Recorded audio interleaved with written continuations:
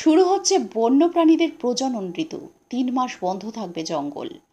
বন্যপ্রাণীদের প্রজনন ঋতু শুরু হতে চলেছে, তাই জীববৈচিত্র্যকে সুরক্ষিত রাখতে আগামী ৩ মাস সংরক্ষিত জঙ্গলে সর্বসাধারণের প্রবেশ বন্ধ হচ্ছে।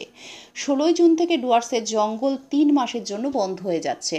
পর্যটকরা এই ৩ মাসের জন্য জঙ্গলে প্রবেশ করতে পারবেন না। জঙ্গল বন্ধ হওয়ার ঠিক আগে ডুয়ার্সের জঙ্গল কেন্দ্রিক পর্যটন কেন্দ্রে পর্যটকদের ভিড় ছিল চোখে পড়ার মতো। বৃহস্পতিবার বিকেল পর্যন্ত পর্যটকদের ঢল নামতে দেখা যায় জলপাইগুড়ির গরুমারা জাতীয় উদ্যান সহ অন্যান্য জঙ্গলে। এই সময়টিতে বন্যপ্রাণী এবং গভীর অরণ্যে থাকা নানান কীটপতঙ্গের প্রজনন ঋতু হিসাবে গণ্য করা হয়, যে কারণেই ডুয়ার্সের গরুমারা জাতীয় উদ্যান, চাপড়ামারি অভয়ারণ্য এবং নেওড়া ভ্যালির মতো স্থানগুলোতে সর্বসাধারণের প্রবেশ বন্ধ করে দেওয়া হয়।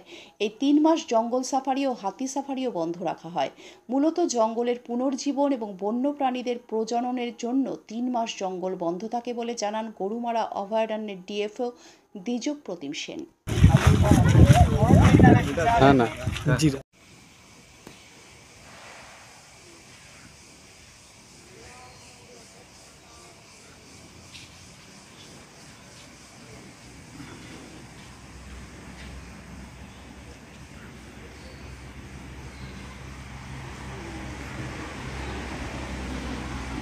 আরেকটা সেল গেল না।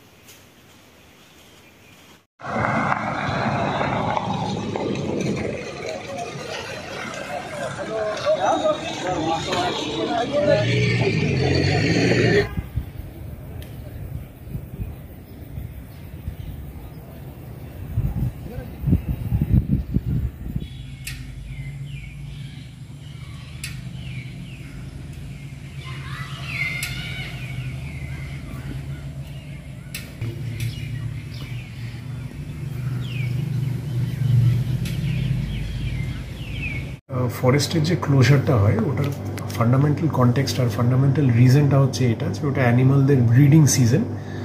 তো ওই পিরিয়ডের মধ্যে মনসুন সিজন, তো ওই পিরিয়ডের মধ্যে ওনাদের একটা সার্টেন অ্যামাউন্ট অফ সেক্লুশন আর রেস্টের প্রয়োজন হয়, যেটা যদি খুব বেশি অ্যানথ্রোপোজেনিক অ্যাক্টিভিটি হয় তো সেটার মধ্যে ওনারা ডিস্টার্ব হতে পারেন। আর it gives a period of rest আর রিজুভিনেশন ফরেস্টকে, যেখানের মধ্যে ফরেস্ট বহু অ্যানথ্রোপোজেনিক অ্যাক্টিভিটিসের থেকে রিকভার করে যায়। তো এটা ওয়াইল্ড লাইফ প্রোটেকশন অ্যাক্টের প্রভিশনের আন্ডারে chief wild life warden sir এই অর্ডারটাকে প্রমালগেট করেন।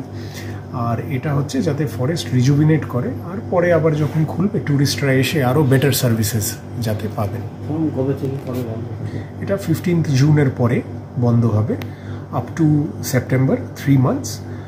আর এখানের মধ্যে ট্যুরিস্টের এন্ট্রির মধ্যে রেস্ট্রিকশনস থাকবে, বাট সারাউন্ডিং এরিয়াজে যে ইকো ট্যুরিজম কটেজেস এটসেট্রা আছে তো এটার জন্য আই আন্ডারস্ট্যান্ড দ্যাট এটার জন্য একটা স্পেশাল অর্ডার করে অনেক সময়ের মধ্যে এক্সেপশনাল কেসেসের মধ্যে এগুলোকে ওপেন রাখা হয়।